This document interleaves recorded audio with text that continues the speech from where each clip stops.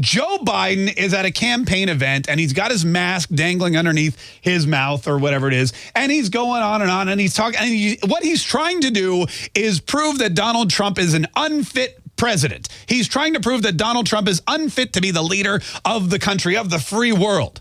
And he's trying to use the coronavirus crisis to prove that fact. And what he does is he gets out there and he talks about how bad and how deadly the coronavirus crisis has been. Here is what Joe Biden claimed yesterday during a campaign event. Unnecessarily, now we have over 120 million dead from COVID. Let me play that for you one more time in case it just like floated by you, went right over your head. Listen carefully. Unnecessarily, now we have over 120 million dead from COVID. 120 million dead from COVID. Joe Biden announced yesterday during a campaign event, without batting an eyelash, that 120 million people in this country have died from COVID-19, from the coronavirus. Last count, we were at 100,000, 120,000. I think. They told me that by October, we were going to hit 200,000 deaths. Now, all of a sudden, it's up to 120 million, according to Joe Biden. Unnecessarily, now we have over 120 million dead from COVID. I thought we flattened the curve. I thought we were doing okay with this thing. I thought that the deaths, even though the new cases were going up due to the testing across the nation, I thought I was of the understanding that the death count was continuing to decline. But 120 million people have died. Let's do some Joe Biden American death math.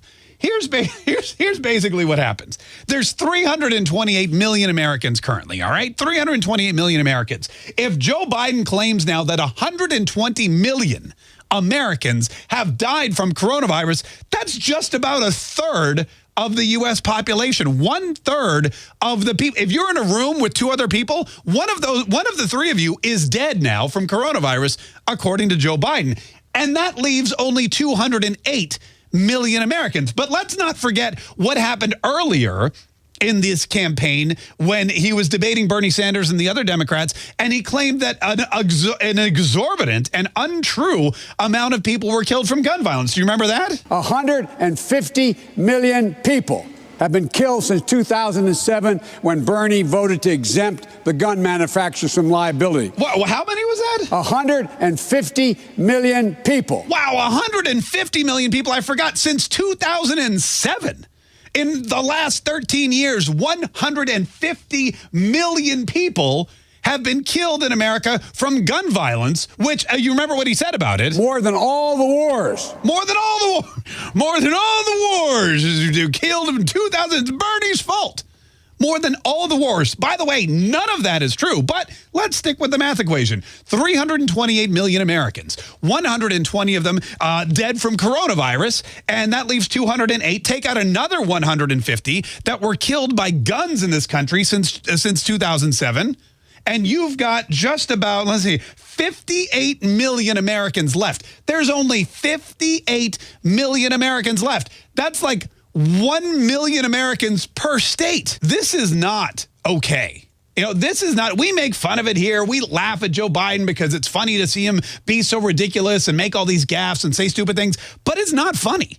It is not funny that the Democrats have, in a serious bid to win the White House, propped up this guy who can't keep important numbers, like how many dead Americans there are and how many living Americans there are. This guy can't understand the difference between 120,000 and 120 million. He doesn't know how many people have died in all the wars combined and how many people have been killed by gun violence. He doesn't know what he's saying. His brain and his mouth are not connected. And when you're the leader of the free world and you're having high-level meetings with dictators and presidents of countries like China, which could wipe us off the face of the earth or destroy us economically, when you're out there trying to negotiate treaties, or when you're having high-level cabinet meetings about making decisions about things that could really affect the economy, what if Joe Biden meant to say, hey, you know what we should do? We should send out $1 trillion in stimulus checks, but he accidentally says we should send out $120 trillion in stimulus checks. we would be bankrupt. This is not okay. This is not okay from a politician. This is not okay from a president. This is not okay for a presidential candidate. And any Democrat out there, if you're a registered Democrat, you should be embarrassed that your party is offering this guy up and saying, he's the best we got. He may not know anything. He may not understand what's going on. He may have no grasp of reality, but we think he's the guy who's best suited to be president of the United States. I say bring it on, man. Go Joe. You can keep him out there. Send him back out for more campaign events because we need, times are tough. It's a sad time. A lot of people are depressed. Send Joe Biden out there every single day because we really need something to laugh at. We really need something to cheer us up.